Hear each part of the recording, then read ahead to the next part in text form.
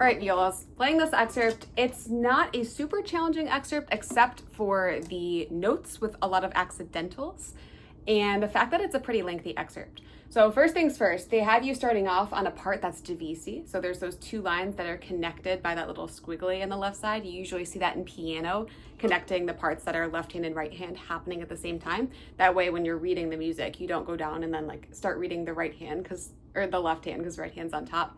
So what's happening here is that outside chair is playing the top part, inside chair is playing the bottom part. They have you playing the top part for the audition. So you're playing that, if you look at it, the way it's lined up, you're playing line 1, 3, 5, 7, 9, and then you go to 11, and then it's just straight down, okay?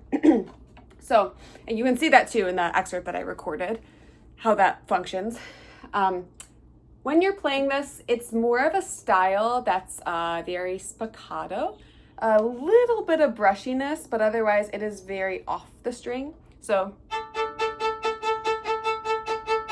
to be able to get the spiccato, you want to have your elbow raised just a teeny bit so it's not pulling the bow super tight into the string. That's going to cause that splatter, whereas this is the lighter sound that we're looking for. You're using a little bit of your fingers, but your arm is also going up and down. So that's something to practice. And the place where you want to do your spiccato is at the balance point in your bow. So if you were to rest your bow on your index finger, wherever you can get the bow to balance, that's the balance point. And it's different in everybody's bow. For me, it's about here in my bow. And that means that that's where I'm going to want to do my spiccato. So, versus is not where it naturally does spiccato for this style of music, or it's a lot harder to control for this kind of spiccato. So that's where you want to do your spiccato. And then here. So you're using very little bow to get that little.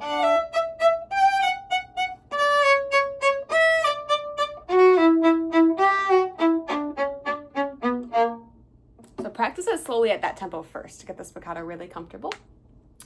Let's see, as we're going along, I'm gonna publish pictures of my music too with fingerings in there. Ultimately, fingerings, there can be bad fingerings, but there's also a lot of good fingerings. So some of the fingerings that I'm doing work best with my instrument and my hands and my body, but that might be different for you. So if you're practicing with the fingerings that I've given you and you're like, well, wait, I could do this instead, this feels easier, you're absolutely allowed to change that if it sounds better, right? If that's helping you play better. So giving you these fingerings though is going to be a good foundation, so you have something and you know what the notes are and where your fingers should be, and then you can start to let your own ideas become inspired and take it as you will. As we go along, there's a lot of swells going up and down, crescendos. Make sure that we're doing those too. And see, most of this is pretty straightforward. After letter B in measure 50, measure 51, measure 52, you have that B sharp. So B sharp is also equivalent to C. So that's your open C. That's why I have that written in there.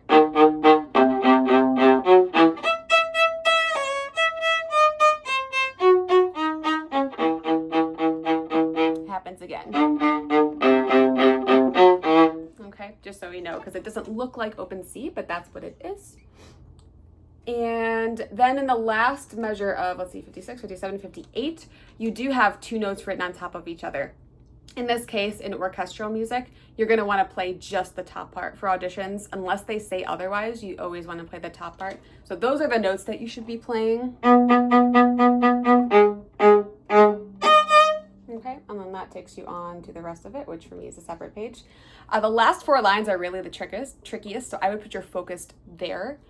When we're playing here, we have some double sharps. We may or may not have talked about this before. I know I talked about it with 6th grade, but double sharps look like an X. And so that just means instead of doing a regular F, it's not even a regular F sharp, like a high 2. but it's where your G would be. F double sharp is the same note as G. So sometimes I like to do a third finger there instead of trying to jump your 2 from this C sharp to this F sharp here. That's not very comfy. So that's why I wrote high 2, and then 3 just crosses right over, and then your third finger is like right on your nail.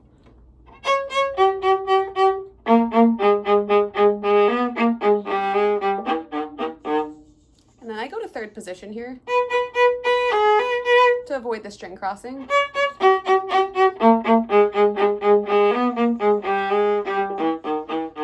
And then there's a lot of swells at the end.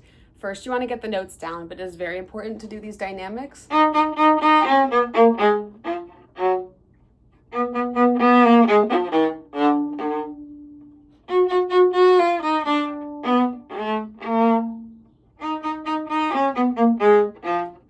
And then a big forte. You want that to be a huge surprise at the end because most of this excerpt is pretty quiet. There's only a few moments where it gets loud. So if you're going to do anything in this audition, make sure the last measure is loud.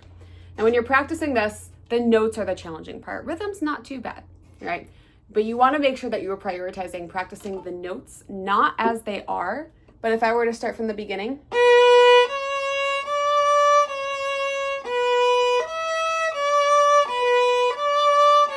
I would take that bit, make sure I have the notes, then put it in. Make sure I'm comfortable there first. 80% of your practicing should be the first way that I did it.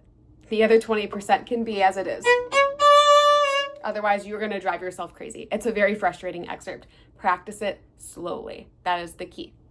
Also, when you're doing the audition, you do have some bars of rest. When you go in for the audition, I would ask Mr. Nix if he wants you to count the 3 bars of rest in line 2. Sometimes they want you to in auditions and sometimes they don't.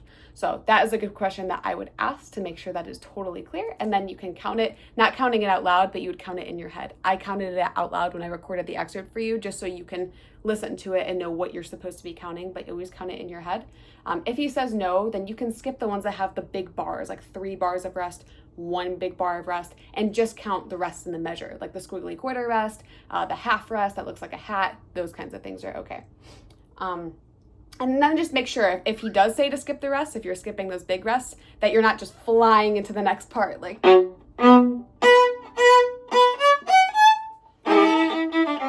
you're going to set yourself up for failure. You have a second to take a breath. There are rests there naturally, so still do take some rests.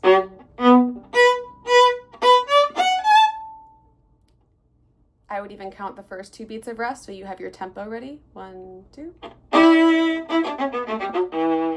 Just like that, okay? So those are the keys to practicing this excerpt. It's really not hard, but you will make it hard for yourself if you just try to play it all the way through with no fingerings at a very fast tempo. That's a recipe for disaster. You want to have a good set of fingerings and playing it very, very slowly. And once you do all of those things, you'll be able to play it through absolutely no problem.